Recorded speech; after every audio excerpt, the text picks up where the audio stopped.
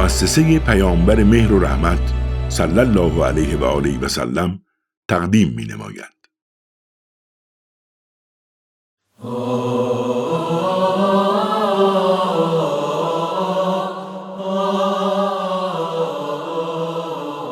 سوره نور.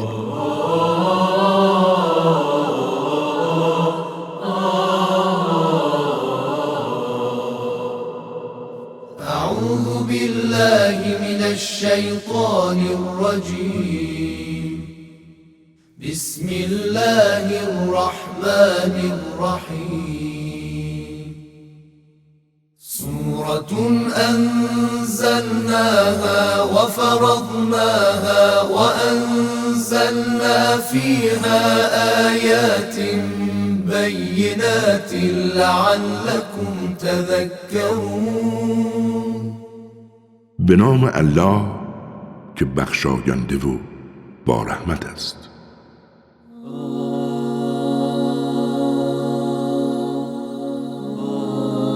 این سوره است که ما آن را نازل کردیم و فرضش نمودیم و در آن آیات روشنگری را فرو فرستادیم. امید آنکه پند بگیرید.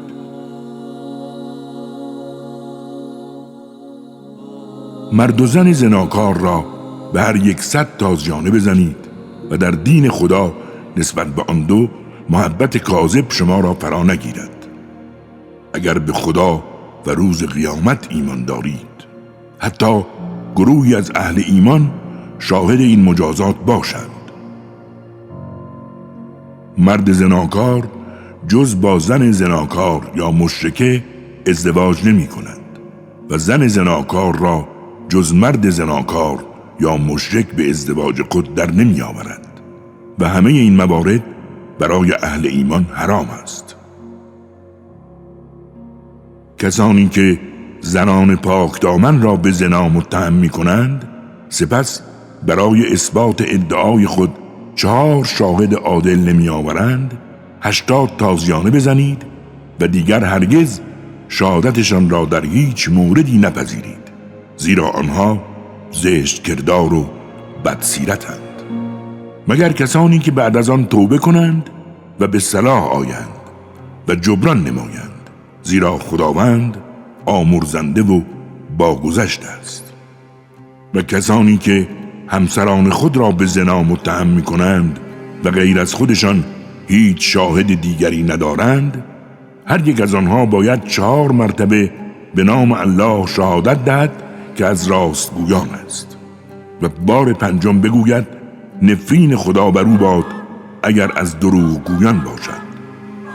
و اگر زن 4 مرتبه به نام الله شهادت دهد که مرد از دروغگویان است، حد از او برداشته می شود و برای بار 5 بگوید غضب خدا بر او باد اگر مرد از راستگویان باشد. تا به حال فکر کرده اید اگر فضل و رحمت خدا بر شما نمی بود چه می شد؟ حالان که خداوند توبه پذیر و حکیم است. یا رحمن یا رحیم، یا رحمن یا رحیم. کسانی که تهمت بزرگ را مرتکب شدند گروهی از شما بودند. ای کسانی که تهمت خورده اید، آن را شر مپندارید، بلکه خیری برای شماست. خدا حقایق را روشن می کند. هر کدام از آنها که این گناه را مرتکب شده جزا می بیند و آن که عامل اصلی این بهتان بزرگ است گرفتار عذاب بزرگی خواهد شد.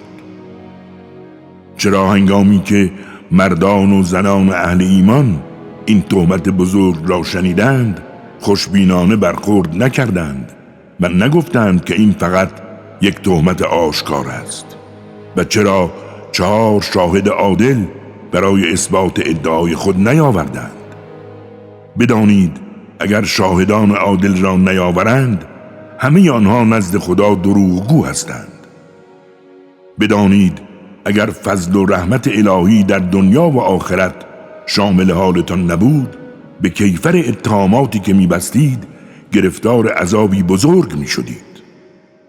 آنگاه که دهان به دهان شایعه پردازی می کردید، آنچه را به زبان می آوردید هیچ آگاهی از آن نداشتید و آن را کار کوچک و بی اهمیتی می پنداشتید، در حالی که نزد خداوند بسیار بزرگ است. چرا هنگامی که تهمت را شنیدید نگفتید شایسته ما نیست که این گونه تکلم کنیم؟ پروردگارا پاک و منزهی و این یک تهمت بزرگ است. خداوند شما را موعظه می کند چنانچه اهل ایمانید هرگز گرد چنین کاری نگردید.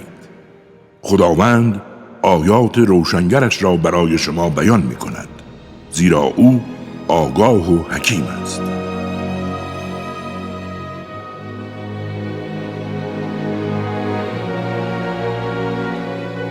کسانی که دوست دارند درباره اهل ایمان اتهامات زشت شایع شود، هم در دنیا و هم در آخرت گرفتار عذاب دردناکند. خداوند نسبت به همه چیز آگاه است، در حالی که شما آگاه نیستید. اگر فضل و رحمت الهی شامل حالتان نبود چه میشد؟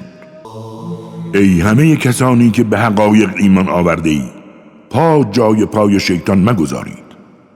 هر کس از راه او تبعیت کند بداند که شیطان فقط امر به زشتکاری و منکر می کند. اگر فضل و رحمت الهی بر شما نبود، هیچ کدام از شما هرگز روی پاکیزگی و طهارت را نمیدید. اما خدا هر کس را صلاح بداند پاکیزه می گرداند و خدا شنوا و آگاه است. آنها که دارای مال و وسعت رزق و روزی هستند نباید قسم بخورند که به خویشاوندان و مساکین و مهاجران راه خدا چیزی نمیدهیم، بلکه باید ببخشند و گذشت نمایند. مگر دوست ندارید خدا نیز از گناهان شما درگذرد؟ بدانید که خداوند آمرزنده و باگذشت است. کسانی که زنان پاک دامن و مؤمنه و بیخبر از گناه را تهمت زنا میزنند، هم در دنیا و هم در آخرت گرفتار نفرینند و عذابی بزرگ برایشان مهیاست. روزی که زبان و دستها و پاهایشان بر ضد آنها نسبت به عمل کردشان شهادت میدهند، در آن روز خداوند کیفر دستاوردشان را به تمامی خواهد داد و خواهند فهمید که خداوند حق آشکار است. زنان ناپاک برای مردان ناپاکند و مردان ناپاک برای زنان ناپاک. زنان پاک برای مردان پاکند و مردان پاک برای زنان پاک. آنها از اتهاماتی که دربارشان میگویند بری هستند و آمرزش الهی و رزق ارزشمند برای آنهاست. ای اهل ایمان، به غیر از خانه‌های خودتان به خانه‌ای وارد مشوید مگر آنکه اجازه بگیرید و بر اهل آن خانه سلام کنید. این کار برای شما خیر و برکت است. امید آنکه پند بگیرید. و اگر کسی در آن خانه نبود و کسی را نیافتید هرگز وارد نشوید تا زمانی که اجازه داده شود. و اگر اهل خانه‌ای به شما گفتند برگردید، پس برگردید. این کار برای حفظ شرف شما بهتر است. بدانید که خداوند به عمل کردتان آگاه است. اما گناهی بر شما نیست اگر به خانه‌های غیر مسکونی که متاعی در آن دارید وارد شوید. بدانید هر چرا آشکار انجام دهید و یا کتمانش کنید، خدا از آن آگاه است. به مردان اهل ایمان بگو که چشمان خود را از نگاه بد و وسوسه انگیز فرو گیرند و پاک دامنی خود را حفظ کنند، زیرا این کار برای حفظ شرفشان بهتر است. و بدانند که خداوند از عملکردشان با خبر است. و به زنان اهل ایمان نیز بگو که چشمان خود را از نگاه بد و وسوسه انگیز فرو گیرند و پاک دامنی خود را حفظ نمایند و زیبایی‌های خود را جز آن مقدار که قهرن پیداست آشکار نکنند و دنباله دستمال سر خود را بر گریبان بیندازند و زینت‌های خود را آشکار نکنند مگر برای شوهرانشان یا پدرانشان یا پدران شوهرانشان یا پسرانشان یا پسران شوهرانشان یا برادرانشان یا پسران برادرانشان و یا پسران خواهرانشان و یا زنان همکیششان یا بندگانشان و یا خدمتگزارانشان که تمایلی به جنس زن ندارند و یا کودکانی که از وضعیت جنسی زنان بیخبرند. همچنین زنان نباید چنان پای بر زمین بکوبند که زینتها و زیبایی‌هایی که مخفی کرده‌اند دانسته شوند. ای اهل ایمان، همگی به سوی خداوند بزرگ توبه کنید، امید آنکه رستگار شوید. مردان و زنان مجرد و همچنین غلامان و کنیزان شایسته و درستکار خود را همسر دهید و اگر فقیر باشند خداوند از فضل خویش آنها را غنی می سازد، زیرا خداوند گشایش دهنده و آگاه است. اما کسانی که توانایی ازدواج ندارند عفت و پاک دامنی پیشه کنند تا اینکه خداوند بزرگ از فضل خویش آنها را غنی سازد. و از بردگان شما آنها که طالب آزادیشان هستند اگر در آنها خیری یافتید و می توانند خود را اداره کنند با درخواستشان موافقت نمایید و از اموالی که خدا در اختیار شما گذاشته به آنها چیزی بدهید. و کنیزانتان را به خاطر مال دنیا به خودفروشی وادار مکنید اگر می‌خواهند پاک بمانند. و هر کس آنها را وادار به این کار کند خداوند نسبت به آن زنان که مجبور شدند بخشنده و باگذشت است. حقیقتاً ما آیاتی روشنگر و داستانهایی از گذشتگان شما و موعظه‌ای برای حرمتگزاران حریم الهی نازل کرده ایم. الله نور السماوات والأرض مثل نوره كمشكاة فيها مصباح المصباح في زجاجة الزجاجة كأنها كوكب دري يوقد من شجرة مباركة زيتونة لا شرقية ولا غربية يكاد زيتها يضيء ولو لم تمسسه نار نور على نور يهدي الله لنوره من يشاء ويضرب الله الأمثال للناس والله بكل شيء عليم. الله نور آسمان ها و زمین است. مثل نور او چون چراغدانی است که در آن چراغی است که درون حبابی قرار گرفته است، حبابی که از فرط درخشندگی همانند ستاره‌ای پر نور است. این چراغ به واسطه روغن درخت با برکت زیتونی که نه شرقی است و نه غربی روشن می شود.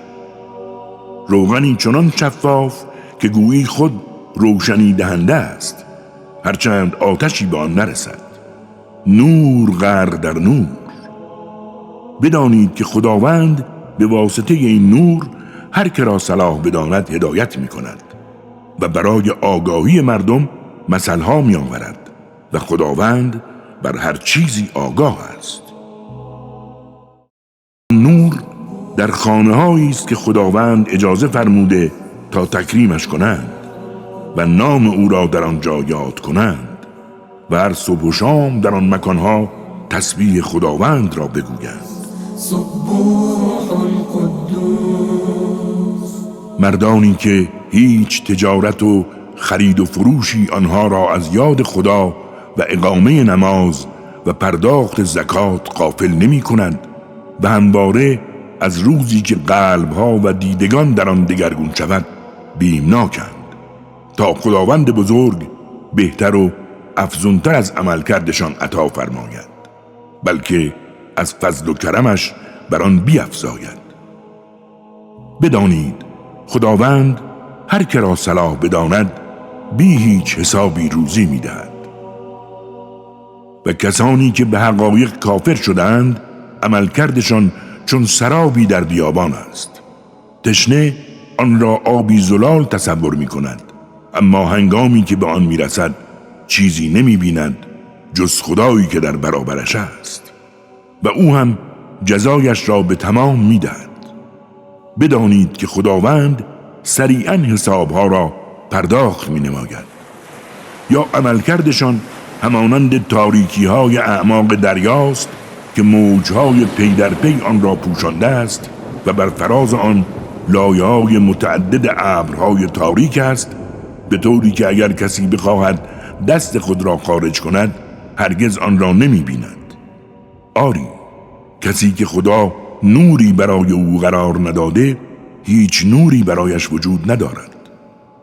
آیا نمی‌بینی هر که در آسمان‌ها و زمین وجود دارد و حتی پرندگان در حال پرواز تسبیح خداوند بزرگ را می‌گویند؟ همه نسبت به نماز و تسبیح او آشنا هستند و خداوند از عملکردشان آگاه است. سبحان الله، سبحان الله، سبحان الله، سبحان الله. فرمانروایی آسمان‌ها و زمین از آن خداست و سرنوشت همه حضور به نزد اوست. آیا نمی‌بینی که خداوند ابرهایی را به آرامی حرکت می‌دهد و به هم می‌رساند و توده‌ای ابر متراکم تشکیل می‌دهد؟ آنگاه باران را می‌بینی که از میان آن می‌بارد و نیز از آسمان و کوه‌های سر به فلک کشیده در آن تگرگی می‌فرستد تا بر هر کس صلاح بداند ببارد و از هر کس صلاح بداند باز دارد، حالان که روشنی برقش نزدیک است قدرت دیدش را از بین ببرد. خداوند شب و روز را به گردش در می آورد و در این عبرتی برای صاحب نظران است. این خداست که هر جنبنده ای را از آب آفرید و اکنون بعضی از آنها بر شکم خود می خزند و بعضی روی دو پای خود راه می روند و برخی بر 4 پا. خداوند آنچه بخواهد خلق می کند، زیرا بر هر کاری تواناست. حقیقتاً ما آیاتی روشنگر نازل کرده ایم و خداوند بزرگ هر که را صلاح بداند به راه راست و درست هدایت می کند. می گویند ما به خدا و پیامبرش ایمان آورده و مطیع شده ایم، اما بعد از این اقرار گروهی از آنها به حقیقت پشت می کنند. بدانید که آنها اهل ایمان نیستند و اگر به سوی خدا و پیامبرش دعوت شوند تا میانشان داوری کند، گروهی از آنها را می بینی که روی برمی گردانند و اگر حق با آنها باشد داوری به نفع آنها شود سراپا تسلیم او می شوند. آیا در قلبهایشان مراکز فهم و ادراکشان بیماری نفهمی است یا اینکه همواره در شک و تردیدند و شاید از خدا و پیامبرش می ترسند مبادا به آنها ظلم کنند؟ بدانید خود اینان ظالمند. اما جواب اهل ایمان وقتی آنها را به سوی خدا و پیامبرش دعوت کنند تا میانشان حکم کند این است که میگویند شنیدیم و اطاعت کردیم. بیشک اینان رستگارند. هر کس خدا و پیامبرش را اطاعت کند و خدا ترس باشد و حرمت اوامر او را نگاه دارد بیشک اینان پیروز و رستگارند. قسمهای سخت و بزرگی به خدا میخورند که اگر به آنها دستور دهی خانه و کاشانه را ترک کنند و سراپا تسلیم شوند بگو لازم نیست قسم بخورید. طاعتی خالصانه داشته باشید، زیرا خداوند از عملکردتان آگاه است. بگو از خدا و پیامبر اطاعت کنید. چنانچه از حقیقت روی برگردانید، بدانید که پیامبر مسئول اعمال خویش است و شما نیز مسئول اعمال خودتان هستید. اگر او را اطاعت کنید، به راه نجات و آرامش هدایت می‌یابید و بدانید که وظیفه پیامبر فقط ابلاغ روشن و شفاف است. خداوند به کسانی از شما که به حقایق ایمان آورده و عملکردی شایسته دارند وعده داده است که آنها را در روی زمین جانشین دیگران خواهد کرد، همچنان که کسان دیگر را قبل از آنها جانشین کرده بود. و خدا دین و آیینی را که برای آنها پسندیده است پابرجا قرار می‌دهد و ترس و وحشتشان را به امنیت و آرامش بدل خواهد کرد، تا فقط مرا بپرستند و چیزی را شریک من قرار ندهند. و اگر کسی بعد از آن به حقایق کافر شود، بدون شک زشت کردار و بدسیرت است. وأقيموا الصلاة وآتوا الزكاة وأطيعوا الرسول لعلكم ترحمون.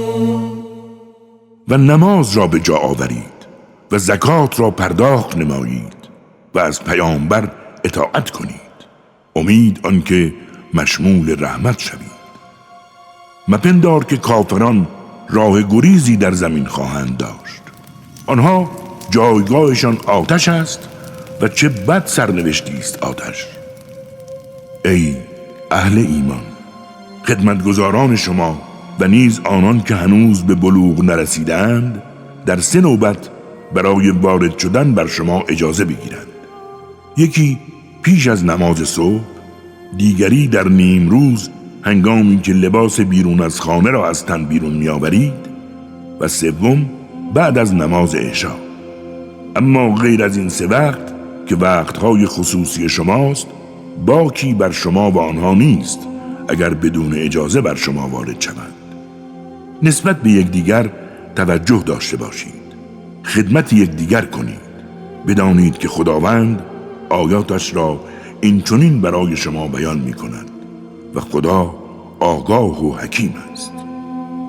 و هنگامی که اطفال شما به سن بلوغ رسیدند، برای ورود بر شما اجازه بگیرند، همانطور که کسان قبل از ایشان اجازه می گرفتند. اینچنین خداوند آیاتش را برای شما بیان می کند. بدانید که خدا آگاه و حکیم است. و زنان پیر و از کار افتاده‌ای که امیدی به ازدواجشان نیست، بر آنها گناهی نیست اگر حجابشان را بردارند، به شرط آنکه جلوه آرایی نکنند. اما اگر خود را بپوشانند برایشان بهتر است. بدانید که خدا شنوا و آگاه است.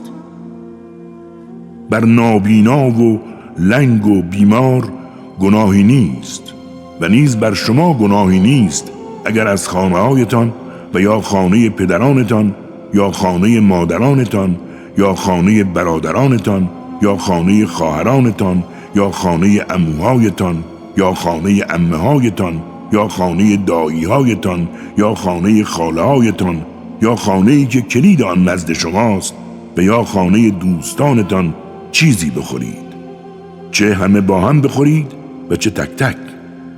پس هنگامی که خواستید به خانه‌ای داخل شوید، به یکدیگر سلام کنید. این تحیتی با برکت و پاکیزه از سوی خداست. اینچنین خداوند آیاتش را بر شما بیان می کند. امید آنکه تعقل نمایید.